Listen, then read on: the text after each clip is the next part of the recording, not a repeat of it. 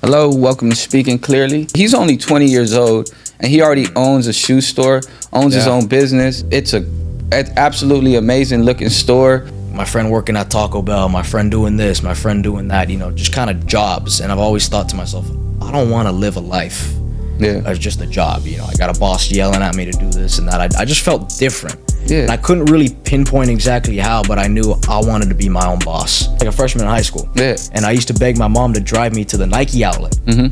And she would take me there and I'd buy whatever shoe on discount. And then I'd go sell it online for more. Just something inside was calling me to just step up and be a better man and just, take the risk and do something worth it. So now let's talk about any maybe like roadblocks or any challenges that you might have came across. I got scammed out of maybe like 20 grand. It was not a good time, man. But I mean, like every sad story, you gotta bounce back from it, and look at me now. There's a reason I call that place California's #1 sneaker store. Like I was saying earlier, all these stores are shutting down. There's a reason why. Like, we're here to stay. Hello, welcome to Speaking Clearly. This is Josh, I'm the host, and today our guest is Andrew Rivera, owner of Sophisticated Sneakers, a young owner, young entrepreneur, and today we're going to talk to him about how he got to the place that he is now as a young owner. Let's do it, man. Let's do this, man. So, just some questions to start off, icebreakers. Being that you work in the sneaker game, I want to see, what is one sneaker that you feel has lost its aura? That maybe was like at some point had like a lot of clout. Everybody was wearing it, and now it's just like you don't really hear too much about it. That's a good question, man. Okay. I mean, there's a lot of shoes that kind of rose in value, fell in value. What kind of people were messing with. But I honestly have to say just the Jordan 1s as a whole. I can't really say like a specific colorway because there's just so many. But Jordan 1s as a whole, I used to see everybody and their grandmother rocking 1s, and now waiting in line, literally sleeping outside, camping out, getting fights over it, and now absolutely. It's just you walk in any Foot Locker, any Nike store, you'll see 1s on discount, man. Like it's crazy. I know, trust me, I've noticed that as well. I actually just got a pair on discount a few days ago. Okay, so next question we're gonna ask is top 3 sneakers. Your personal top 3 sneakers. You got some good questions off the bat, man. Okay, let's go. I mean, my all-time favorite shoe that I want to get is the Dior Jordan 1s. Okay. I love the clean look of it. I mean, I personally, I think that's my favorite one. That's a crazy shoe, though. That's like a, what, $15,000, $20,000 shoe right now? For the high top or the low top? The low top. You like the low better than the low high? Top. Okay. Yeah, so that one's what, like 12,000, I believe? Yeah, 10 to 12, somewhere around Okay, there. gotcha. But one day I'll be rocking that. It'll happen. It'll happen. I believe it. I believe it. Okay, so top 3. That was only one. Yeah, that's only one. That's Second, only one, so we still got 2 left. Gotta have them on today. Oh, is that right? The Lost and Found. These are Lost and Founds. I like the Chicago, that kind of colorway, but I mean, Lost and Found will do. Yeah, you can't go wrong with those. Those are dope. Those are dope. And those actually retained pretty good value. Right now, aren't those going for like 5, 6, something like that? Something 5? I think I got a couple pairs I've sold at, I think 5. Okay, yeah. Shop, so yeah. Okay, so number 3. What's number 3? Number 3 hasn't come out yet. The White Thunder Jordan 4s. You know about those, right? White Thunder. Are those the white with the yellow? No, are they going to be white and yellow? So those are the all black, like the Black Cats, but the netting is white, kind of like the Yellow Thunders or the Red Thunders. What? Okay, I think I have seen them, but I didn't know that was the name of them. I didn't know that was... they come out on Saturday. Is that right? Yeah. Oh, so you for sure going to get your hands on those. Oh, yeah, definitely. I have to, man. It's a clean-ass shoe. Gotcha. I mean, we had a couple pairs unreleased in the shop. Those things flew off the shelves. Yeah. But, I mean, I held it in person, man. I got to get my pair. Gotcha. I'm sure you will. I mean, you work in the shoe industry. Oh, yeah. It's kind of hard for you not to get something that you really, really want. If you want it, I'm pretty sure you can make it happen. Yeah. So, are you an NBA guy? Not really. I'm not. Not really? I'm not all that much of a sports guy. I know this is going to shock a lot of people, but I mean, I played baseball back in high school, so I kind of followed baseball and this and that, but that's really about it. I'm not a crazy kind of sports guy. So we'll skip that question then. Because it was going to be, what are your top 3 NBA players? But I should have done a little more homework before I thought about asking you that question. But okay, so let's start with the real questions. Where did you grow up at, man? So I actually grew up kind of in this area already. I was born and raised in Orange County. Okay. And my mother and my father, they split, so they were divorced. And my dad was living out in Arizona, and I was just raised by my mother. Was this at a young age then? Yeah. Like, how old were you when that happened? Like 1. Oh, for real? Yeah, Oh, so that was like I was super, little, super little, yeah. And he was never like involved at No, all. he was involved. It's just they got divorced, Okay. and my mom took custody of me. And Okay. then my father just kind of went, and he did his own thing out in Arizona. But Yeah. he came back to Cali, Okay. like, you know, every so often, like every month to visit me and Yeah. and hang out with me for the day. So at least I was, you know, close with my father. Yeah. So you still had a relationship. There was still a bond there. Yeah, there was still Okay. a bond. Yeah. Absolutely. Okay. And how did you do as a student? Like growing up, like were you a good student? Were you like a decent student? Were you like a bad student? Yeah. Like So how did you do in school? So in school, I just kind of kept to my own. I just kind of minded my own business. I saw, you know, a bunch of drama and just a bunch of bullshit kind of happening off to the side. Mm-hmm. And I just kind of focused on myself, you know, elementary school, Yeah. middle school. I just kind of, you know, did my own thing. I was a good student. You know, Mm-hmm. I had A's, B's, couple C's here and then. But I wasn't like a dropout or like a really Okay. shitty student. I got But you. then fast forward into high school, that's when I kind of started getting that entrepreneurial mindset. Mm-hmm. And I kind of started doing my own thing while the teachers were teaching. And, you know, I'd be on my phone, I'd be on the computer, you know, looking at numbers and this and that. Like, I'd be doing my own shit Mm-hmm. while the rest of the class was doing their, you know, whatever bullshit. Okay, I got you. That was actually going to be my next question. Like, at what point did you figure out that you wanted to own a business? Because, I mean, I don't know if I covered this in the introduction, but he's only 20 years old, and he already owns a shoe store, owns his own business, and it's absolutely amazing looking store, and it's a great business. You know, just being there, you know, being that we were there not too long ago, it's in a great location. Westfield Fashion Square in Sherman Oaks. in Sherman Oaks. So it's like a great location. They get a lot of money walking through that building. Yeah, a lot of foot traffic too. Yeah, definitely. It's a good location. So when did you figure that out, that you wanted to start a business? So I kind of just realized, and seeing a whole lot of people around me, you know, my friend working at Taco Bell, my friend doing this, my friend doing that, you know, just kind of jobs. And I've always thought to myself, I don't want to live a life as just a job. You know, I got a boss yelling at me to do this and that. I just felt different. Yeah. And I couldn't really pinpoint exactly how, but I knew I wanted to be my own boss. Yeah. And I just couldn't live a life of, you know, I was somebody's employee, basically. Yeah. And it just kind of went from that, you know. What I used to do back in high school, I think it was my freshman year. Yeah. You know how these Nike outlets are always throwing these discounts and sales and shit. I racked up all the money I had, like 20, 30, 40 bucks, right? I was broke as a joke. I was like a freshman in high school. Yeah. And I used to beg my mom to drive me to the Nike outlet. Mm-hmm. And she would take me there and I'd buy whatever shoe on discount. Yeah. And then I'd go sell it online for more. Yeah. So I started with one shoe and I'm like, oh shit, Okay. this is actually a good money maker. Like, okay, you know, I made like $5 my first shoe. But I mean, that's $5 I just made out of thin air. Yeah, you know? exactly. And I'm like, oh shit, so I can keep doing this over and over. And then I'm like, Mom, bring me to the Nike outlet, do this, do that. And shout out my mom, man. If you're watching this, I greatly appreciate it because you're what helped kick this off. Yeah, for sure. And she'll watch it, you know, when it airs, for sure. Yeah, I'm she'll pretty watch sure it. Yeah. she'll know. You'll let her know. Oh, yeah. But the other question, so you didn't really have like somebody in your life, like an uncle, like you know, you said your father, was he a business owner? Did you have somebody in your family that kind of molded you into that mentality, or you just kind of came up with that? I just kind of came up on that because, I mean, everybody in my family just kind of worked a job. Yeah. Right? You know, you got my dad, he was a roofer out in Arizona. My mom, she's a college professor. Okay. You know, just doing this and that. And I'm the first person in my family to, you know, be that entrepreneur and kind of, you know, step up and basically take the risk and do something worth it like that. I got you, bro.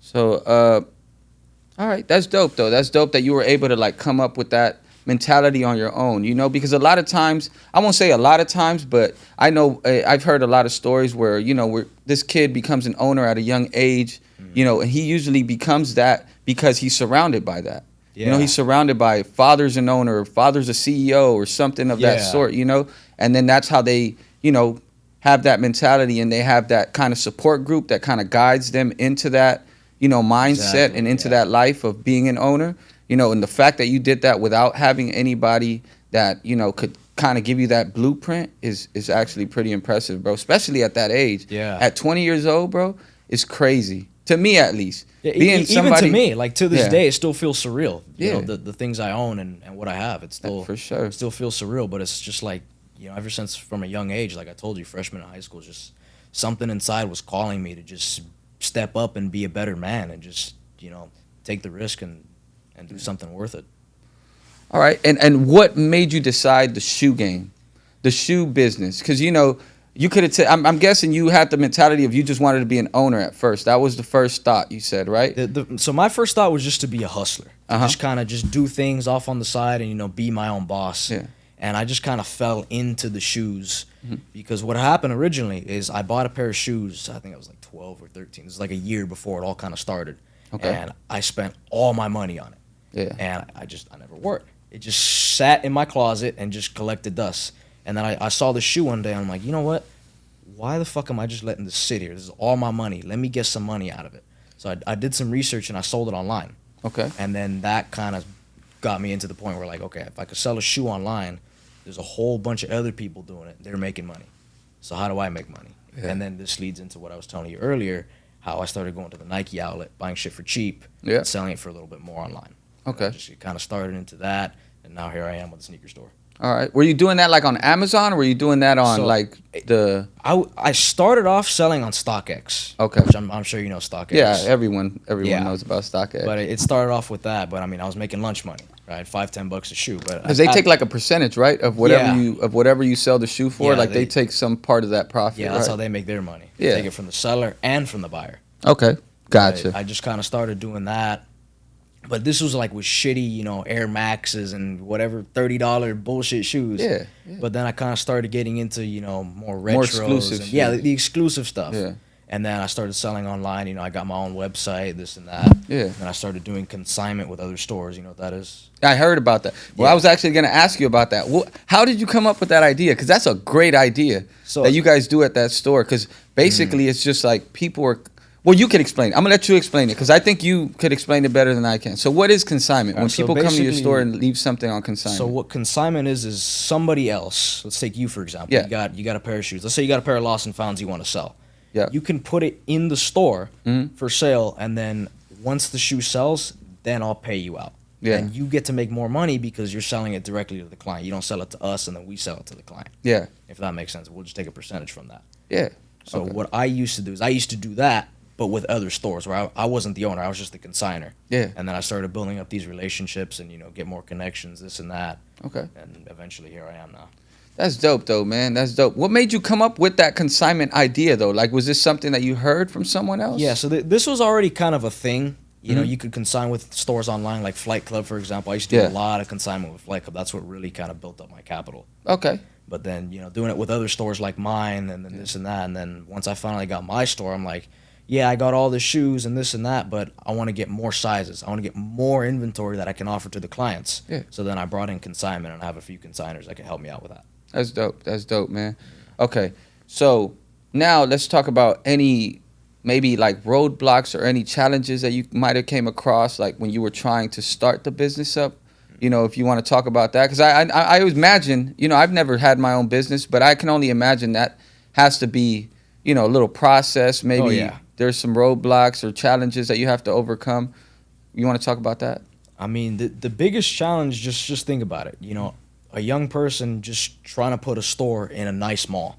I mean, just, a lot of people telling me it's not going to work. Like, especially my mom, too. She kept pushing me to go to college. She's like, Andrew, go to college, do this and that. And I'm like, no, I got my mindset on this. So she probably was thinking, and she's a professor, you said, right? She's a college professor. Yeah, she's a college professor. So it makes sense why she would want you to take that route, being that she kind of works in that environment, yeah, exactly. But I'm like, I see how people in college turn out, and it's just like, yeah, college is great and fine for some people, but it's not for me because, like I said, I want to be my own boss. College is good if you want to go be a doctor, a lawyer, and this and that, and scientist or whatever the fuck. Study for 8 years. Exactly. Just, to make lunch money. And it's not something that I wanted to be a part of. I wanted to take that risk and just, go big or go home kind of thing. I hear you, man. That's dope, man. But so far it's working out. It's working out. Yeah, no, it's definitely working out.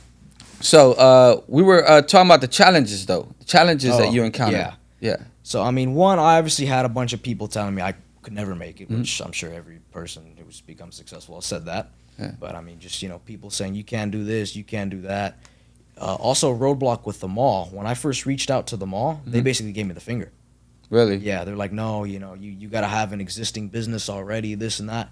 because I'm sure you've seen the mall. It's a high-end mall. It's not a regular-ass mall. Like, trust me. Yeah, I mean, there's a Bloomingdale's there. There's a Macy's. There's an Apple store. Like, it's an actual, legit, good mall right on the other side of Beverly Hills. Yeah. And they gave me the finger, but I eventually pushed harder. You know, I convinced them this and that. Yeah. And I was finally able to sign that lease and get that store going. That's dope, man. That's dope.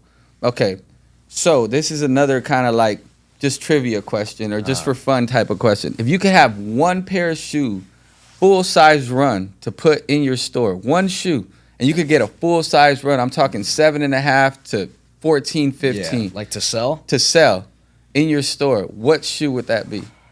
If you could have one full-size run of any shoe, that's a literally really any good shoe. question, man. Yeah. I got to think about that one, yeah. This is going to make you think for sure. Oh, shit. To be honest with you, I want to say probably Bread Jordan 4s. The reimagined. Bread Jordan 4? The reimagined? Yeah. Out of everything, though? Here's the thing. Those have been my best seller. Okay. It's not like the craziest shoe to have, but the clients love them. I'm able to give that to them, and it's a good moneymaker. Yeah, I guess that's also a good mentality because you're thinking something that you know you're going to be able to move quickly. Yeah, because I mean I can get a full size run of $2,400 Travis Scotts, but they're not going to sell like that. You might sell like one pair every 2 weeks or 3 weeks, maybe one a month. Yeah, I got you. Okay, so that makes sense because me in my head I was thinking you were going to say something like the Red October Yeezys when he was with Nike. It would be cool to have, but you got to think from a business standpoint as well. It's not really going to sell. Yeah, it will sell. But it's not going to sell as quickly as the Bread 4s. Exactly. Will. I got you. Well, I mean, like I said, I started, originally flipping shoes to the Nike outlet, and then here I am with the store. But kind of in between that, it was a little rough. Sometimes I'd go, times where I couldn't find any shoes to buy, or I couldn't, make money selling them, or this and that. And then I also mentioned how I did consignment with a couple other stores. Yeah. I got scammed out of maybe like $20,000. Was this wasn't with Flight Club, right? No, not Flight Club. Okay. Flight Club's legit because they're like a huge corporation. I know. But like at other mom and pop stores, I've gotten ripped off a few times, man. It's really, yeah. That's crazy. Like the owners will either take the shoes, sell them off on the side, or they'll sell them in the store and they just won't pay me out on them. And it's like I've pulled up to the store and my shit's not there. Yeah. And I have to go in a whole legal lawsuit and this and that, and it's but that's a long road to take over. Especially if it's a shoe that's only worth $400 or $500. Yeah. If it's a shoe that's worth like $8,000-$10,000, then it's definitely worth taking that route. But taking somebody to civil court or small claims court for $400 or $500 is going to end up costing you more money just to set everything up and taking time out of your day, especially somebody like yourself that's like taking care of business, trying to make other things happen. That's going to take time out of your day, just being in court, doing all that for such a small amount of money. I've had to fly out to 4 different stores on the East Coast to take care of shit. But like total, it equaled about $20,000 that I've been. That's crazy. So it happened like with multiple different stores. Yeah, and it's just like, I worked with a lot of stores that were legit, but then these ones that fucked me over, it was not a good time, man. But I mean, hear you, man. Like every sad story, you got to bounce back from it, and look at me now. Yeah, absolutely, man. And the thing is that you were able to do that, and open up this store, Sophisticated Sneakers, which is absolutely amazing shoe store. If you're looking for some new shoes, you want to hit up what is it? What is the mall again? The Westfield Fashion Square Mall, Sherman Oaks. All right, so we want to ask you another question about how were you able to recover from that $20,000 loss? It honestly, it was a big setback because at the time maybe I was like 14 or 15. This is about a year or two into the game already. Oh, really? And that set me back a lot because I used to take all of my money and just trust these stores with it, and I basically just had to start from square one again. But I just focused even harder, and I just grinded harder, and I'm like, you know what? I'm gonna show these assholes what I'm truly capable of. And I hear you. And here I am. All these other store owners that fucked me over. If you're watching, all your guys' stores have shut down. Mine's still going. It's gonna continue going. So fuck you. That's funny. All right, and how did you avoid that though? Because you said this happened at a young age, 14 to 15. You said where this happened, where these people took advantage of a young kid who was trying to, make some money, honest money at that. And how were you able to avoid that from happening again and down the road and avoid somebody scamming you? It's honestly very, very difficult to kind of judge who's going to scam me and who's not. Because a lot of these store owners, they started off being legit. I'd send them a couple shoes to try out. They'd sell, they'd pay me out. and then I trust them with all my shit, and then that's where they kind of got me on. Yeah. But I started just from going to working with like 20 different stores to only working with like 2 or 3 that I knew that I could trust. Okay. So that's kind of how you just, you were able to like dissect and kind of do your own homework and come to the conclusion of who you could trust with your inventory and who you couldn't, right? Yeah, pretty much. Okay, all right. So now, do you still work with these other stores, or now you're just solely? I'm solo. Right? Everything just is focused sold on in your my store. own store, right? Yeah. Gotcha. Which is the way to do it, I guess. Once you already have your own establishment, you don't need them anymore. Exactly. Right? Yeah. Now exactly. Now you can do it all on your own. Yeah, and what's funny too is a lot of the stores that I used to work with have now shut down. They've gone out of business. I know. And I'm sure you see, in all these different malls and shit, a new sneaker store, a year later they close. This and that. And that's another one of the things that a lot of people, told me, like, hey, don't jump into a sneaker store. Like, the sneaker market's down. Yeah, it's down, this and that. But I've realized, and my team have realized, if you do your things properly, you'll succeed. I mean, let's take Cool Kicks, for example. Yeah. They're opening up new stores all the time, and they're up here. Like, because they know what they're doing. Yeah, they have the whole marketing thing too, but their prices are fair. Their inventory's good, this and that. And it's just, if you kind of have that coupled with good customer service, you'll be miles ahead of every other store. Oh, definitely. So, I'm sure you've been into other stores. They don't even greet you, right? They're just They're no, for sure. Phone. Especially the resale type stores. Yeah, those are the stores I'm talking about. For sure, because they're like, I'm pretty sure. But the thing is, I'm pretty sure they're also used to, which still doesn't give them the right to like not greet a customer when he walks in, because you never know. What if that person is coming in there to spend 10 grand? Exactly. But then you didn't greet them because you're so accustomed in your own head where you think, okay, these people just walk in and look on the shelves and then walk out. Or they're just asking to try stuff on and then they don't buy anything. But just based on, you might have had 5-6 customers come in with that attitude, with that mindset of not buying anything and just, like going through the shelves. But then you might have that one that is actually there to spend a good amount of money and actually buy. And the fact that you already fed up with the past 5 customers that came in, now you're not even greeting people. And then that leads to a loss for the business. Yeah, and then they'll walk out of the store and they'll come into mine and they'll get greeted. And then because they got great service and they get greeted. And I've noticed that. Because everybody, even when you were busy and we were shooting the podcast and things were going on in the background of the store. I was still helping clients out. You would jump out the way, and as soon as somebody walked in, they would get greeted. They would get helped out. I think when you guys were filming, I think I closed like 2 sales. Oh, did you? Yeah, really? Within like a 10-minute period. Just you guys were filming. I was filming. You guys filmed too, like a little behind the scenes thing. Yeah. Client walks in, I help him out, and we're good to go. Yep. But it's just like the little things like that that really add up, and they matter. Yeah, they matter as far as like returning customers and building like a clientele, building repeat customers, regulars.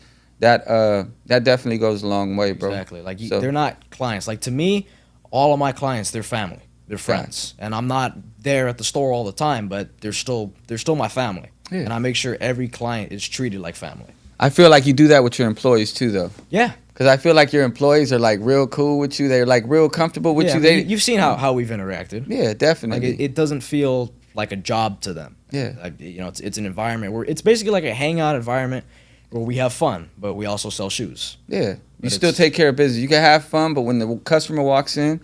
Or when the family walks in, like you said, business. You take care of business, right? Exactly. In that situation. But I mean, also kind of joking around with the clients too, opening them up and just making them feel good too. I mean, the whole place from the sales floor to the back room it's a good environment. Yeah, I believe it, man. Because like I said, I was there and I experienced it for myself. Exactly. So we were joking. I could definitely, co-sign that for sure. Great environment. Great vibes and great customer service for sure. There's a reason I call that place California's #1 sneaker store. Like I was saying earlier, all these stores are shutting down. Yeah. There's a reason why. Like we're here to stay. Yeah. So what would be your advice, man, for a young teenager that might want to open his own business as well? What would be your advice for him to like start off?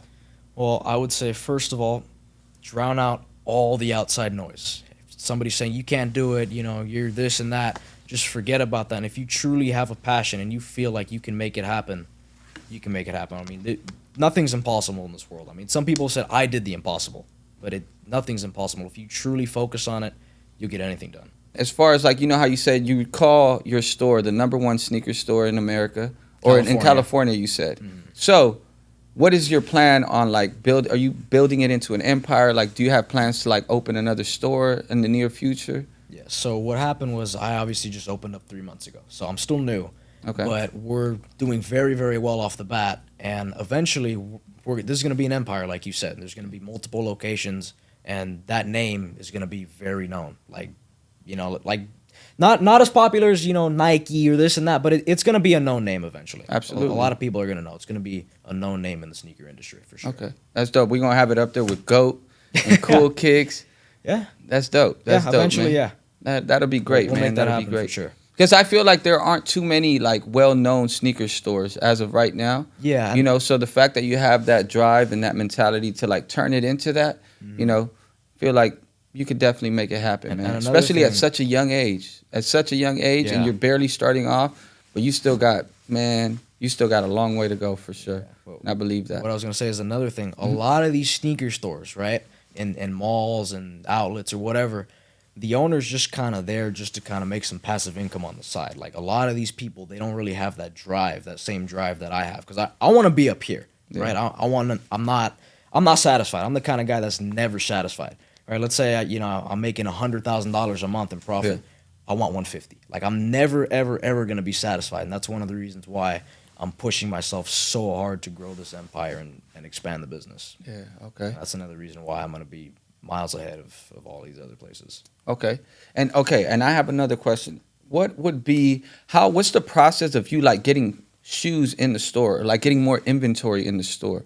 Like do you have personal relationships with like Nike? Do you have like a contract or anything of that sort? Like, do you have what is your process, and how do you go about getting inventory in the store? So there's no contracts because I'm like an independent kind of store, so I have to go do my sourcing on my own. Okay. But I mean, I'll have people from Foot Lockers, from Shoe Palaces, from places like that'll kind of give me stuff on the side.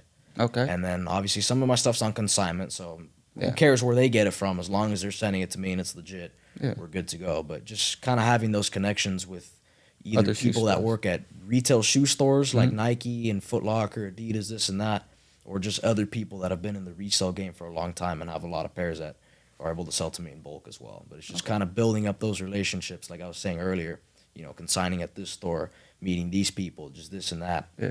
Kind of over the years, getting to know a bunch of people that can help me out with that. Okay, that's dope. Dope. But basically, it's your network is your net worth, pretty much in business. All right, so this is Andrew Rivera. This was our guest, the owner of Sophisticated Sneakers. Any shout outs, anybody you want to shout out, maybe your location, phone number, way of reaching you, Instagram? Well, I mean, company phone number, 818-675-6767. That's the store phone number. You guys want to go shop online, sophisticatedsneakers.com. Okay. But if you're in the Los Angeles area, Westfield Fashion Square Mall. It's in Sherman Oaks. It's right off the 405 and the 101 freeway. Sophisticated Sneakers, that's where you want to get your shoes at. Yes, sir. All right, we're out of here.